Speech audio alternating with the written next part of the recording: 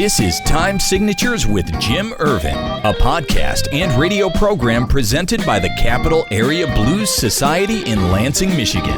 Now I'm trying, baby, driving up and down this. Hey, everybody. Thank you so much for joining us on Time Signatures. I am your host, Jim Ervin, and we are doing something totally new today. We are going to be doing some live stuff via video, or recording live, I should say, some video. And this is going to be one of those instances where we're offering something exclusive that's only going to be found on YouTube. And we're looking forward to doing this many, many more times in the future. But for today, we wanted to do something special. And as part of that, I'm going to hand off the keys to the episode here. I'm going to hand them off to the one and only Devon Jones, all the way from Canada. How are you, Devon? I'm wonderful, Irv. Thanks for inviting me to be a part of this, I guess. I'm excited. I am excited. I really am. Yeah, so the idea here that when you messaged me the first time, you asked if I would do a takeover and interview you on your show, which I thought was such a brilliant way to allow your audience to get to know you a little bit better, because you spend so much time behind the mic opening up other people's lives. They're right. Pandora's box, and so I think rightly so, we need to put the spotlight on you and let people know who you are. Well, this is the first time that I've done a show like this. I wanted to do a show when we launched the audio side. And for those that don't know, we are on Spotify. We are on Apple Podcasts. We're on a couple of other services. We're also on lccconnect.edu, which is the Lansing Community College radio station, WLNZ. And many, many thanks to Dedalian Lowry, who's my producer. He was the guy that kind of got things in motion for me. But I always wanted to do an episode where we talked about what the program was going to be about, and I never got to. So this is like at the end of season one, because we're coming into the end right now, being able to head into season two and be able to do this. And I'm excited. Well, this is just a wonderful opportunity to do such a deep dive. Let's not waste any time and get right into it. Sure. Where did your passion for blues and music come from? Are you a musician yourself? Well, I'm a frustrated musician. I'm one of those guys that would love to play the guitar, but I just don't have the patience. And I took piano lessons. I took guitar lessons a few times. I have a bass guitar sitting in the other room that I swear I'm going to pick up and start playing. And but music has always been a part of my life, man. It started way back when I was a kid. I can remember listening to Cats in the Cradle hearing Lucy in the Sky with Diamonds by Elton John back in the 70s. That was a remake of the Beatles hit. And it's kind of cool because I grew up with an appreciation for all kinds of genres of music. I mean, my grandparents got me interested in big band and swing, and my mom got me interested in the oldies and some of the, I didn't really get into the war protest era too much. But of course, some of the early classic rock. And then of course I came up in the 70s and came into my own in the mid to late 70s and the early 80s. And so I've got this great big wide appreciation for all kinds of music, and blues has always been like right there at the top. That was the leader in your list of genres that captured your attention. I love that. Oh yeah.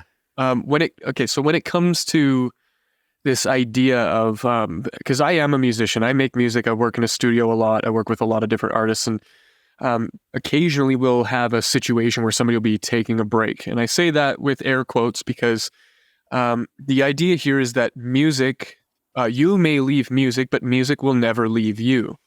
And right. That bond with music starts very, very early. And like, as you mentioned, Lucy in the Sky with Diamonds, like the remake of a Beatles original, having music transform and evolve over time and being able to be a part of that journey, I think is a gift. And the thing that I admire most about you and your show and what you're doing is, blues may have flipped the collective consciousness as the leader of what music was, because I know it had its time. And I believe in cycles, and every 20 or 30 years, things come back. And what you do with your music, or at least what I've recognized, or not with your music, sorry, with your show, what I've recognized is that this is almost an act of preservation. Can you speak to that a little bit? It absolutely is. And, to talk about that, I need to step back to where the genesis began, where it all came together. Back in 1979, the economy was in the toilet. Excuse me, I'm sorry, I've got a small cold. And my parents decided to relocate and move us down to El Paso, Texas. Before we left, my grandparents decided to buy a little Panasonic tape recorder, and they bought one for themselves, and they sent one with us. And the idea was they would record little messages to us and send it down, and that way it would help, assuage the homesickness, if you will. And I'll never forget getting that first cassette in the mail. This was, around first or second week of January, right after the new year. And we put the tape in, and of course, my mom's bawling like a baby because she's missing her mom and dad and her grandparents and whatnot. And here's all these people that are together with my great-grandparents and sending us messages and, wishing us Happy New Year and telling us about the weather and, all that stuff. If you have to fast forward several years. When I got a computer, I rediscovered that cassette tape. Now, anybody that's played with cassette tapes knows occasionally the tape gets twisted, and so it doesn't play. But if you're an old guy like me, you know how to fix it. So I took that tape apart, I fixed it, I got it twisted around right, and I captured it. Okay, I digitized it. So now I've got something from the 70s that I've preserved in the 90s. And I played it for my mom, and she started crying. And I said, I didn't do this to hurt your feelings. I did it because, your parents are gone and your grandparents are gone. And I've preserved this so you can go back and listen anytime you want. And it just stuck with me. It was something that stuck with me. And I used it growing up. I mean, when I had my kids, I recorded their birth when they were born on cassette tapes and preserved it on my computer. And, the cool thing about this stuff is when you go back and listen to it, it takes you right back to that moment in time. And so I realized that I could steal little bits of history. And so when the opportunity presented itself to either do a blues show or do a blues podcast, I said, here's my vision. This is what I want to do. I want to steal these moments of history because we've got people like Buddy Guy that's 87 years old, people like Bob Strozier that's 93.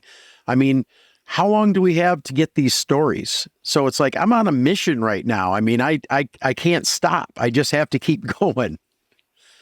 You just might single-handedly bring the blues back into the collective consciousness. I can tell you that after meeting you, that was, and just kind of learning about your passion for it, you inspired me to want to go back and listen to some of the stuff. And that experience of how we connect music to different eras of our albums. And I just find that to be wonderful. My first experience with a cassette tape was when my parents bought me a boombox, and it had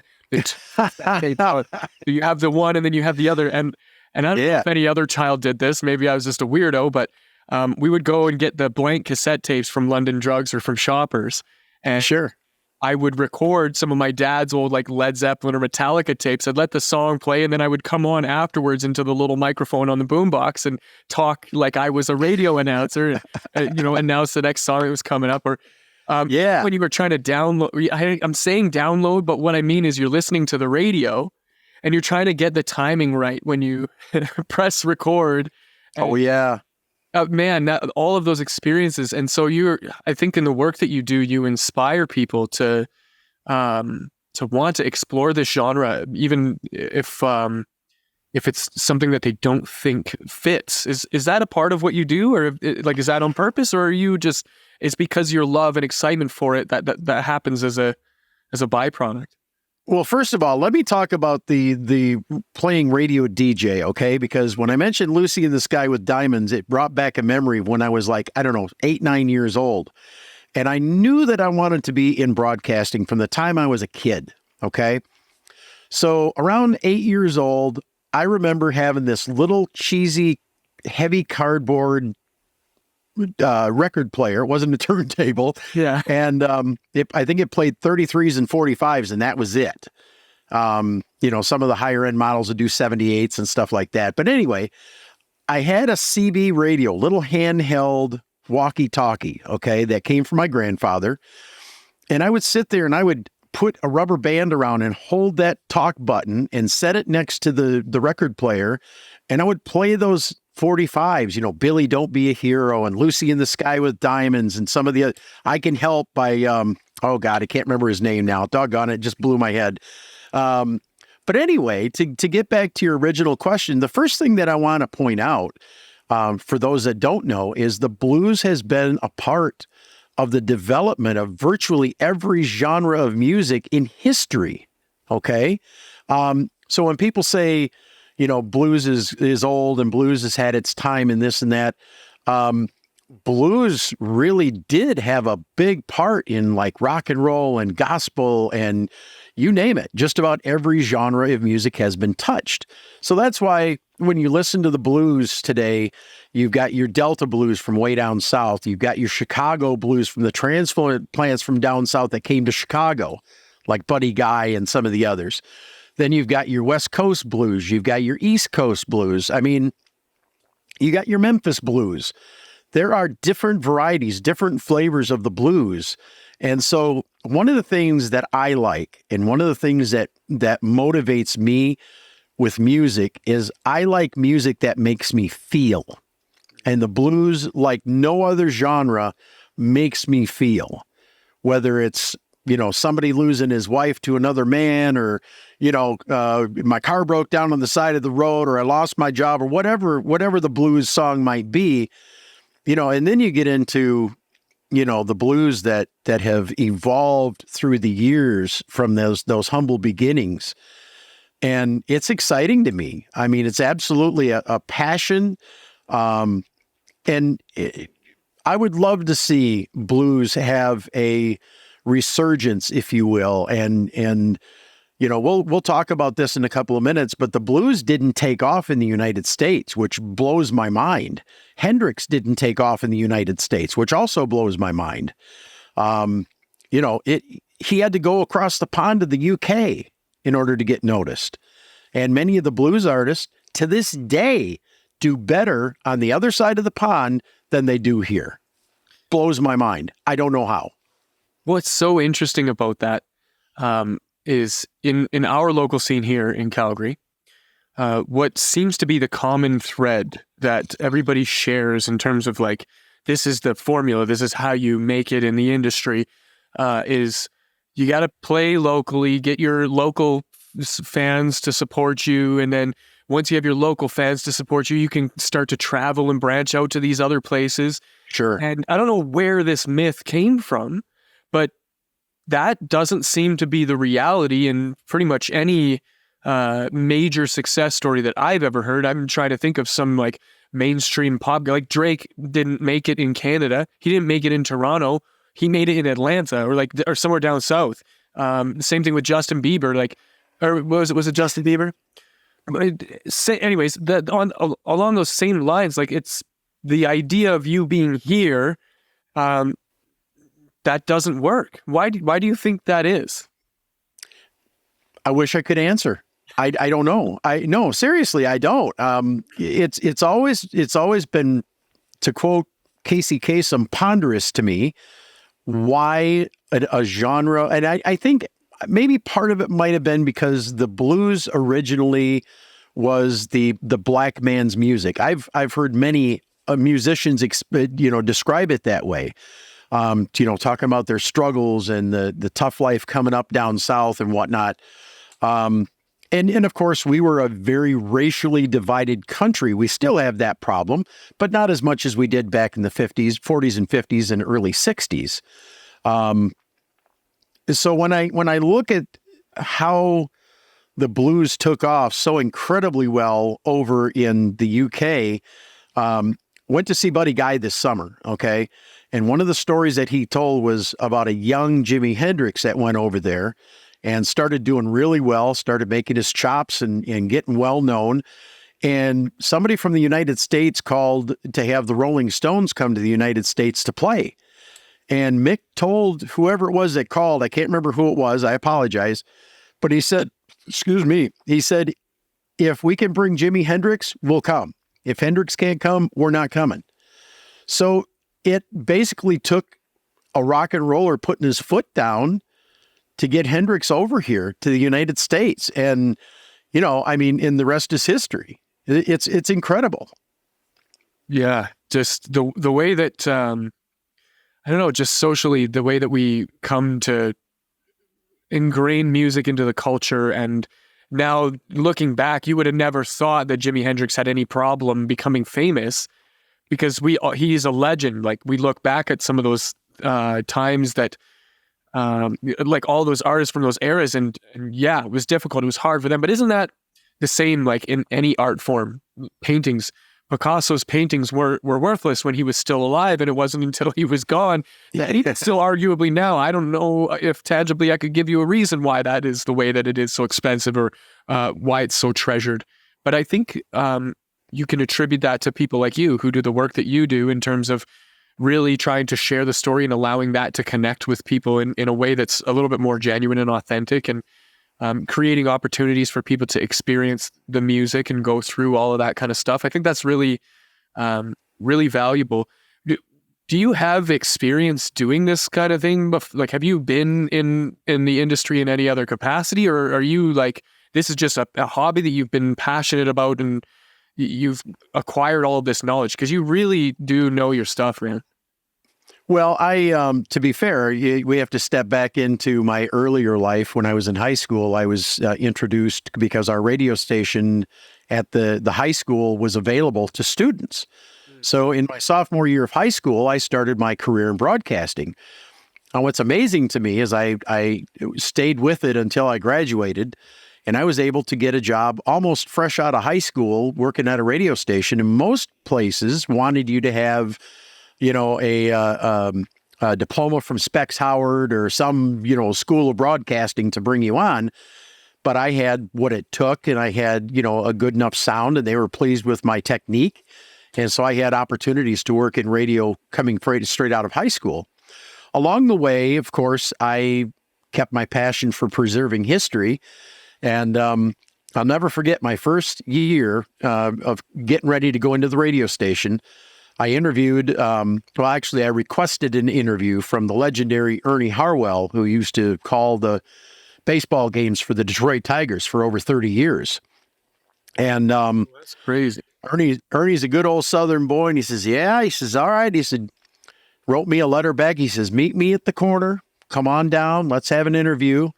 And I went down there with my cassette tape and my shaking, knocking knees and sat down there, and I sat across, because see, most people have sports heroes. I didn't. Ernie Harwell was my hero. Paul Carey was my hero. I used to fall asleep at night with my transistor radio under my pillow and get it taken away from me because I was listening to the Tiger ball games in the summer. It was one of the greatest memories of growing up. And they give me the radio back, and I'd have it under the pillow the next night, killing another 9-volt battery. Because batteries didn't last back then. But I sat down and I interviewed Ernie, and it was one of the greatest experiences of my life. He was a wonderful gentleman, a very, very kind, a professional broadcaster, who really relished in interviewing with a young kid that was just starting out, just trying to give him a little bit of encouragement. And again, I preserved this and recorded it and saved it on my computer. It's digitized, and my voice was really high and hadn't broken yet, So to hear that audio, yes, yeah, to hear these the interview back then, it was so pitiful, and I had everything written down, and I actually have the questions somewhere around here on little 3x5 cards. But it was a big deal to me. And through the years, Ernie and I, we remained friends. I worked in radio here in Lansing for several years. I would think I was in broadcasting about 12 years before I stepped away from it and started driving truck professionally. That's a whole story in itself. But I had the extreme pleasure of interviewing him on at least 3 occasions. And the cool part was anytime I reached out to him, anytime I saw him in public, he knew me by name. Hey, Irv, how you doing? And my mom went to one of these walks that he did because he did these healthy walks for Blue Cross Blue Shield. And as soon as he saw her, he says, "You're Mrs. Bates, aren't you?" And so her and Ernie walked that day together. It was just such a cool thing. I mean, he was so real and such a great guy that it really killed me when he passed. But it's another one of those things that when I started doing this, when I started down this path, I knew the value of what I was doing. Do you still got to write your questions down on cue cards? I actually do write my questions down because I don't ever want to be caught with dead air. I don't want to be caught. I mean, I'm a professional when it comes to that stuff. I'd rather have too many questions than not enough. And believe it or not, I've had some people I've interviewed just rifle through the questions, very, very short answers. And, people that I thought I would get 2 episodes out of, I got 1. And I'm not going to give you names because I don't want to pick on them or shine a light on them. But, you learn to roll with the punches. And sometimes a guest is going to, they'll give you an answer that makes you go, hey, while we're talking about that, let's talk about this too. And so you just have to be willing to give yourself the opportunity when you're doing the interview to be flexible, and that's to me, that's what makes a good interview. Yeah. Well, because you're going to say something halfway through that I didn't even know. For example, the whole truck driving thing, that's an era of your life that I'm sure the amount of time that you spent in that cab listening to music, I'm sure had an impact on your knowledge and skills. Speaking of knowledge and skills, coming from the world of radio into the world of podcasting, there's obviously some similarities. And we, you brought your professionalism from that world over to this one. I think that's really clear and obvious. What was unexpected for you in making that transition or entering into this world? What did you find was new or exciting about it?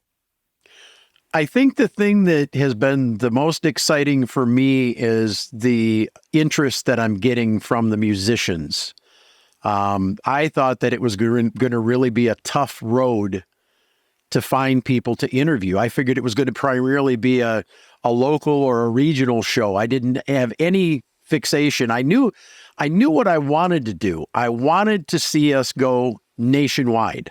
Right. I wanted to see, I wanted to be able to get on the phone or send an email and get somebody like a Buddy Guy or a Joe Bonamassa, which, by the way, I'm waiting to get word, but I believe I'm going to have an opportunity to speak with Joe Bonamassa, who in the blues right now, he plays a blues fusion, kind of a rock mix.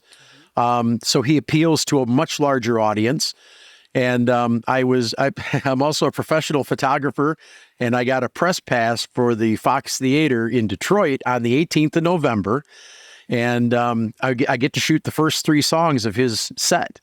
So I'm excited about that. But being able to interview people like Bob Cortor, who's a world-class blues harmonica player, be able to talk to people like Steady Rollin' Bob Margolin. I mean, he's been around since Muddy Waters.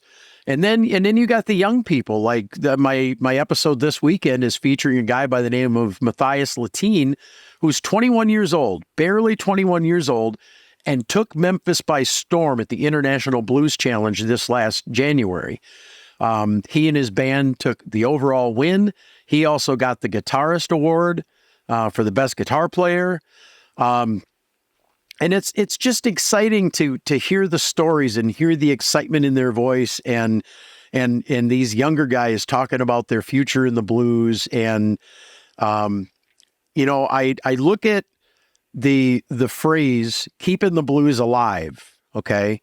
And keeping the blues alive has always been my goal. That's a goal of the Capital Area Blues Society, of which I'm a board member. But for me, preserving the history of the blues, one story at a time, is my mission. That's why I get up in the morning. And I had this epiphany about a week ago, somewhere in there. And it was like, yeah, this is why I'm here. This is why I'm doing what I'm doing, because as you said, who knows, where things are going to be 10, 15, 20 years from now. But at the end of the day, Devon, this stuff's going to outlast me. I'm going to be sending copies of my episodes, one season at a time, off to, I believe it's Mississippi. They've got a blues group that collects that stuff. Chicago's got one. I believe there's one out west. And my goal is to preserve those stories and pass them along so that they outlive all of us. They're going to be there for a long time to come. There's you mentioned how finite your perception was entering into this, in that there was seemingly a limited number of people that you were going to be able to put on the show and have a conversation with.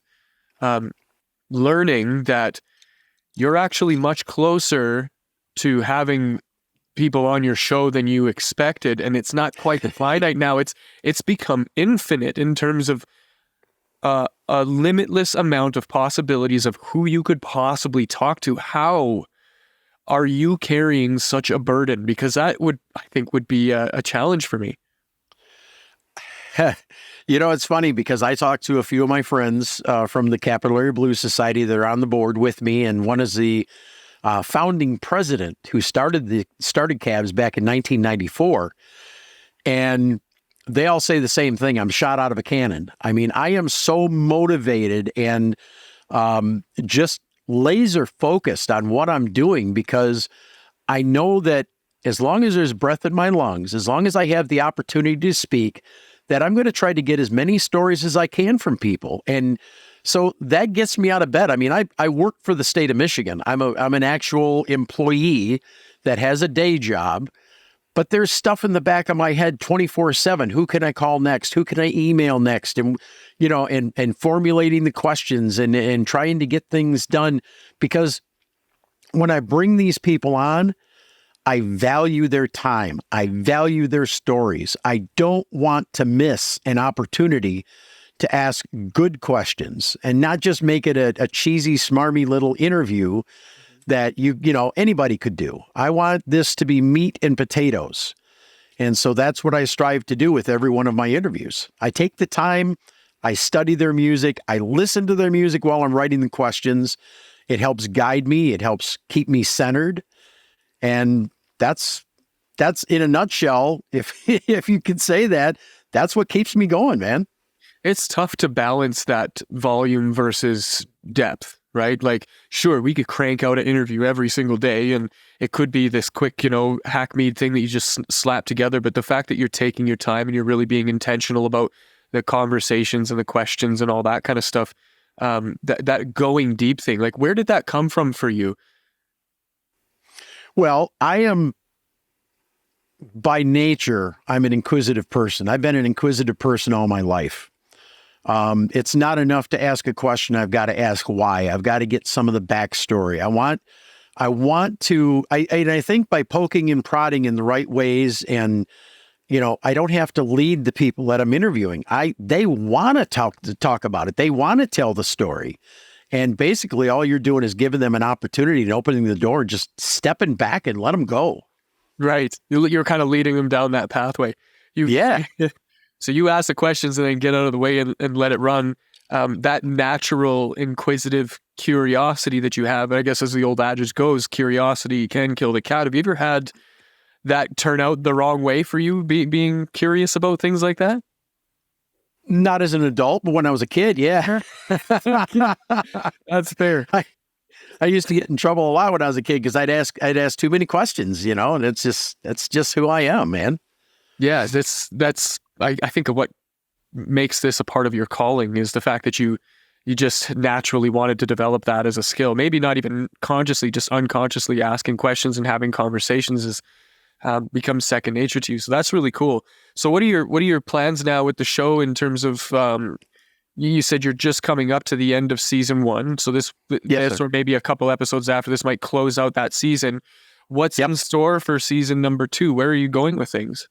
I ain't stopping, man. I'm going to keep rolling. I have episodes in the can that will take me, if I stay weekly with LCC Connect, I've got enough to get me through the month of March and half of April. When I started this, they were only doing bi-weekly, and I had enough to get me through the month of June. And thank God they said, hey, we got room if you want to run every week for a while. We don't know how long it'll be. We've got room. So they put me on weekly for a while, and I just sucked it up, man. I'm just having so much fun with this, and I'm like, you know what? You can keep me here as long as you want, and I promise you, I will keep producing and bringing good stuff. But as we come to the close of season 1, which we're doing calendar years for each season, I actually had a discussion about how we're going to do the numbering for next year, and it's just going to be season 1, episode 19. We're going to continue the numerical run on the episodes, and then just separated by seasons. But lots of good interviews are on the way. We've got Bob Cortor waiting in the wings. Larry McCrae, who's a local musician here in Michigan. We've got him. Have you ever heard of the band Rare Earth? Yeah. Okay. There are 3 guys that toured extensively with Rare Earth back in over the last 30 years. And guys or tour guys or no tour guys. They went around the world with these guys. The 3 guys after Gil Bridges passed away during 2020 with COVID, they wanted to do a tribute concert. And it turned out they picked up a couple of guys locally. They're from the Metro Detroit area. Picked up a couple guys locally that were well known around here. James L. Williams, who is with Root Doctor Band, plays bass for them now. And then a guy by the name of Mocha Man, who plays conga, he plays sax, he plays flute, he plays everything. And these 5 guys have now reformed as the band Brother Earth. And let me tell you something, they're not just another tribute band. They play a lot of the original Rare Earth stuff, but they just went down to Texas this year and put together a CD, and they just had their CD release party. So we've got them coming up, and I was going to refer to my list here. So let me look at my list. We've got Toronzo Cannon out of Chicago. We've got a guy by the name of Dennis Preston, who's an artist here in Lansing. Done a lot of posters, man. Wait till you see this guy. He's incredible. As I said, Bob Cortor. We've got Mystic Shake, which is another local band. Bob Margolin. And of course, as I said, Brother Earth. And that's just the first couple of months. We have got other stuff in the works that we're putting together. And I'm the guy that sets these up. I don't have a team. I don't have staff or anything like that. It's just me. And I'm just staying on it all the time. That was actually going to be my next question. It's like, there's a lot that goes into the work that you're doing. You must have somebody, some kind of support somewhere, and I'm sure, but it sounds like you're doing a lot. You're carrying a lot of the load yourself. Yeah, I edit my own episodes, which is going to be fun because I haven't done video for a while. I had a video editing business back in 2000 through 2012. So I think I'll be okay doing the editing when we get to the video portion. Which, by the way, we're going to be focusing on getting launched by, I'm going to say probably the second quarter of next year. So I've kind of backed off recording right now. I want to do stuff like this once in a while where I do just a quick episode and interview somebody off the fly, just off the cuff and talk to them, just to keep people's interest going, Yeah. But it's all about keeping it fresh. And the other part is, I've got the ability to do, because I've got a bunch of people that I can interview yet here in Michigan. I haven't even touched Detroit. I got one guy that I've interviewed from Detroit. Thornetta Davis just won the Female Blues Award out of Memphis, out of the Blues Awards down there. Haven't interviewed her yet. Still got Buddy Guy. I want to get him. There's just tons of people that are within 100 to 200 miles that I haven't even touched yet. Well, yeah, there's so much opportunity for collecting and curating of the stories and the history of the genre that you're so dedicated to. I'm excited to see what comes out of it and where you're headed with the direction of this, to be able to move now into video and doing remote stuff, which would open up the door to connect with these people a lot more better. Yes, sir. So the listeners have a lot to look forward to. I want to kind of close things out here on two things. The first thing is, if somebody finds this or finds you and is curious about the world of blues, and maybe that's how they got here, what do you think would be a really good starting point for someone to begin their journey in exploring what the blues it really truly is? Man, you've got such a wide open opportunity because there's so many really good blues artists out there. I mean, you've got the late B.B. King, you got Muddy Waters, you got Buddy Guy. You even got did you know that Fleetwood Mac was blues before they went pop, before the girls joined? Did you know that? I did not know that. Before the Beginning, go look it up. Before the Beginning, I think it's a 3 CD set of Fleetwood Mac. They were some badass blues players back in the day, man. Yeah, I've got some. check that out. I got some recordings from them down in Chicago, and it was really cool to listen to them playing with some of the big names back in that day. But there's so much out there. I mean, you got Stevie Ray Vaughan, you've got Kenny Wayne Shepherd. There's just no end. And then you've got the new people. Christone Kingfish is one of the big names out there right now. You got DK Harrell. You've got, just a boatload of younger guys out there that are bringing it. You got Joanna Connor, who came out of New York, moved to Chicago, fell in love with the blues, and she's been making her chops down there in Chicago for all these years. The one thing I wanted to address real quick is when people talk about keeping the blues alive, one of the things that impresses me the most about Joe Bonamassa is because he is doing the work. He is helping to keep the blues alive. He has the Keeping the Blues Alive cruises, I think twice a year. He has the Keeping the Blues Alive Foundation. He doesn't have any problem getting on stage with an 18, 19-year-old kid, such as Toby Lee out of the UK. There's another guy you need to look up. Little blues phenom that's been playing since he was like 8 or 9 years old. And Joe opened for B.B. King. Joe Bonamassa opened for B.B. King when he was 12. So these guys they're paying it forward, if you will. So that's one of the things that really motivates me to keep doing what I'm doing, because I would love to work with Joe on a regular basis or do stuff with him once in a while to help promote what he's doing. It's exciting stuff.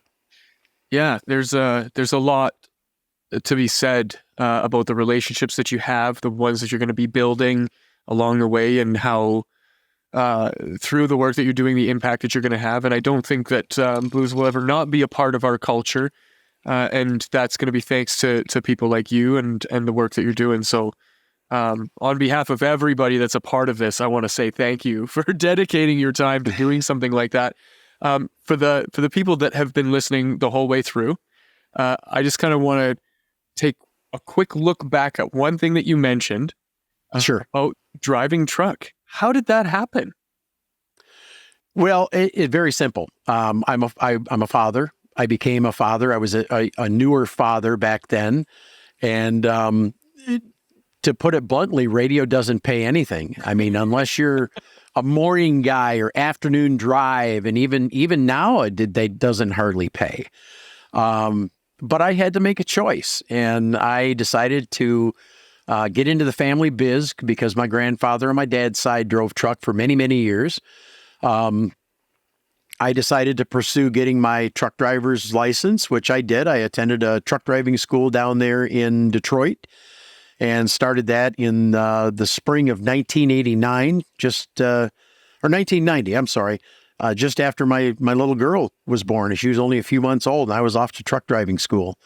And it paid the bills. I did okay with it, and then I got away from it and ended up going back to it. But I wanted to touch on one thing. Do you mind if I cover one thing real quick? Yeah, I was going to say, is there anything else that you think is really important that people know about you and the work you're doing in the show? Well, a couple of things. First of all, I appreciate you taking the time to do this interview on behalf of myself and the effort that we're trying to do here. I really do. You touched on something when you talked about being able to go mobile and do interviews mobily. One of the things that woke me up in the middle of the night a few weeks ago was the thought process of being able to take my Rodecaster Pro 2, which is that's my baby. That's what I take with me when I do my interviews. I've got a portable recording setup. I have a table with mic holders or the boom holders. I have SM7B mics, so I'm not going cheap. I've got the headphones. I got everything that I need. I've got lights, if I decide to video it. But I want to be able to do things like go out to Bob Corritor's Rhythm Room out in Phoenix. I'd like to be able to go to Telluride when they have their event over there and be able to interview some of the people that are there. I'd like to go to the King Biscuit Festival down south in the fall. That just happened in September. I want to go down to Beale Street in Memphis and just take my stuff and set up and interview blues musicians, because as far as I'm concerned, the more stories I can get, the better. But where I'm at right now is, people think I'm a little bit crazy because I'm out there looking for sponsors, but here's the deal. If people see what I'm doing, and if they can see the vision that I've got, I promise you it's infectious. I promise you I'm not going anywhere. As long as I have air in these lungs, I'm going to keep going with it. So I am looking for sponsors right now because it costs money to buy the camera equipment and to buy, the different things that I'm going to need to the lighting and whatnot, to be able to do this properly. I'm actually taking my home office and I'm splitting it in half. It's a large room, and I'm going to put a little portable studio in here with a fold-up desk that I'll be able to, believe me, it'll look good, okay? It sounds cheesy, but it's not. It's going to look good. Somebody makes portable bars, and I saw it and went, that's exactly what I need. Need that, yeah. But everything's just coming together. So, I'm looking for, and I expect to find 2 or 3 sponsors. I need to come up with about $4 or $5 grand to buy what I need to buy and watch this thing take off, because I will make those trips. I will go on those cruises. I will go to King Biscuit. I love the opportunity to just give me 20 minutes, man. Let me preserve a story or two and I'll send you on your way. So I think what Irv's trying to say is, if you are a blues artist or a blues corporation or somebody who wouldn't mind supporting the blues, look out, because Irv's coming to town. He's taking stories. Reach out, contact me. I will be happy to bring you on board. Like I said, I only need a couple of people that have the vision that I've got. That's all it's going to take. I'm not going to need $20,000, $30,000, $50,000 to do this right. I know what I need to do it, and this is all I'm going to have, and I'm excited about it. Well, Irv, it's been an absolute pleasure to get to know you a little bit more. I know we've talked a few times already, but yes, sir. Getting to go a lot deeper in this conversation and understand your mission and the vision that you have. And I think it's wonderful, the work that you're doing. And I'm honored and privileged to have been able to have this. Take these proverbial keys back, and I think you need to take this one home. Okay, well, there's my key. I got my key. I appreciate it. And let me just say once again, Devon, that it was a pleasure to have you sit in the chair, if you will, and take the keys for, a spin. And this is our inaugural video portion of the Time Signatures podcast. And I look forward to doing many more. And I would love to have you on occasionally as a guest host, or, even let you drive once in a while, just to have some fun. It'd be a blast. Well, let the listeners figure out if that's going to be a good call or not. Other than the fact you're from Calgary and I'm dyed-in-the-wool Red Wings fan, so I think that might be the only place we might have a little problem. But, but anyway, listen, I want to thank everybody for being here. Again, thank you to Devon Jones for taking the initiative and being a part of this and giving me an opportunity to share my vision with you.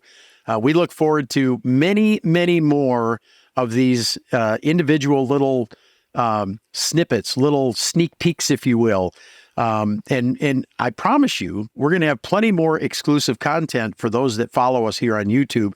So do me a favor, click the subscribe, share, you can download, but by all means, make sure other people get to know what you're watching and what you're listening to. So until next time, I just want to remind you, keeping the blues alive is the goal, but preserving the history of the blues one story at a time is my mission. This has been Time Signatures with Jim Ervin, presented by the Capital Area Blues Society in Lansing, Michigan. For more information on cabs, visit capitalareablues.org. You can find this episode and past episodes at lccconnect.org. The Time Signatures theme song, Michigan Roads, is used by permission and was written by Root Doctor, featuring Freddie Cunningham. I'm trying, baby, driving up and down these Michigan roads, yeah. Until next time, keep on keeping the blues alive.